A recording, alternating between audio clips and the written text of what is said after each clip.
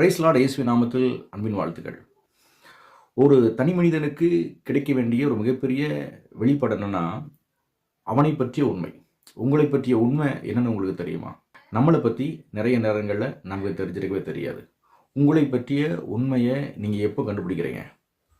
உங்களை பற்றிய உண்மையை நீங்கள் கண்டுபிடிக்கும் வரை தனிமை, நிராகரிப்பு, வியாதி, தரித்திரம் இப்போல் நிறைய விஷயங்களில் நம்ம மாட்டிக்கிட்டு இருப்போம். இங்கே நம்மை பற்றி உண்மை தெரிஞ்சிச்சுன்னு வச்சுக்கோங்களேன், நம்ம வாழ்க்கை ரொம்ப அழகாகி மாறிடும். இங்கே ஒவ்வொரு மனிதனுக்கு இருக்க மிகப்பெரிய பிரச்சனை என்ன தெரியுங்களா? அவனுக்கு எல்லாரையுமே தெரியும்.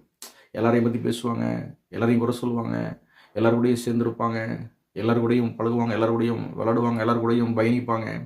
ஆனால் அவர்களை பற்றி மட்டும் அவர்களுக்கு தெரியவே செய்யாது. உங்களுடைய தரம் என்ன என்பதை நீங்கள் அறிந்து கொள்ளும் வரை சில நேரங்களில் நம்ம ஒரு தரமுள்ள ஒரு மனிதனை அந்த உலகத்துக்கு தெரியவே மாட்டோம். உண்மை என்பது அது வெறும் அறிவல்ல, அது ஒரு வெளிப்பாடு.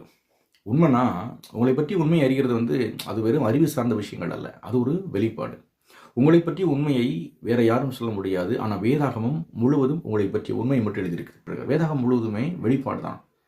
அது உங்களை பற்றிய வெளிப்பாடு, என்னை பற்றிய வெளிப்பாடு. உங்களை பற்றியும் நம்மை பற்றி அறிந்து கொள்ள வேண்டுமானால் நான் வேதாகமத்தை படிக்க வேண்டும். வேதாகமம் ஆரம்பிக்கும் பொழுது என்னை பற்றி உண்மையை வெளிப்படுத்துறது. இந்த வேதாகமத்தை பற்றியதான முரண்பான கருத்துக்கள் இந்த உலகம் முழுவதும் நிறைய இருக்குது. வேதாகமத்தை ஏற்றுக்கொண்டவர்கள் இருக்கிறாங்க, ஏற்றுக்கொள்ளாதவர்கள் இருக்கிறாங்க. ஆனால் வேதாகமம் ஆரம்பிக்கையிலே 1வது அதிகாரத்திலேயே சொல்லிடுது, நீங்கள் தேவனுடைய சாயலாக இருக்கிறீர்கள் அப்படின்றது. நீங்கள் தேவனுடைய சாயலாக இருக்கிறீங்க அப்படிங்கிற அந்த ஒரு விஷயம் இருக்கு இல்லைங்களா, இதுதான் உண்மை.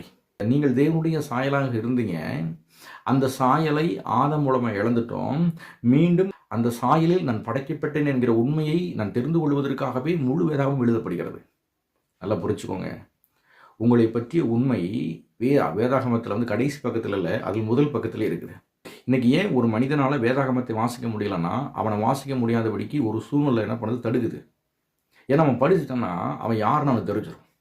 நீங்களும் நானும் யார் அப்படிங்கிற உண்மையை வேதாகமத்தின் முதல் பக்கத்திலேயே எழுதி வச்சுட்டாங்க, ஆண்டவர் எழுதிட்டார்.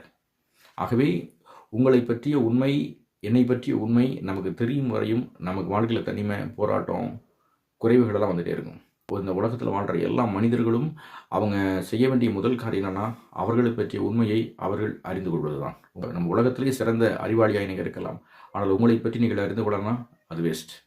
இந்த உலகத்தில் நீங்கள் சிறந்த ஞானியாக இருக்கலாம், ஆனால் உங்களை பற்றியதான ஞானம் உங்களுக்கு இல்லாட்டி அது வேஸ்ட்.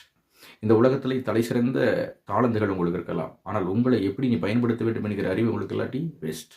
அவை உங்களை பற்றி உண்மையை நீங்கள் தெரிந்து கொள்ளுங்கள். சந்தோஷமாக இருங்க. கர்த்தர் உங்களை ஆஸ்வதிப்பார்.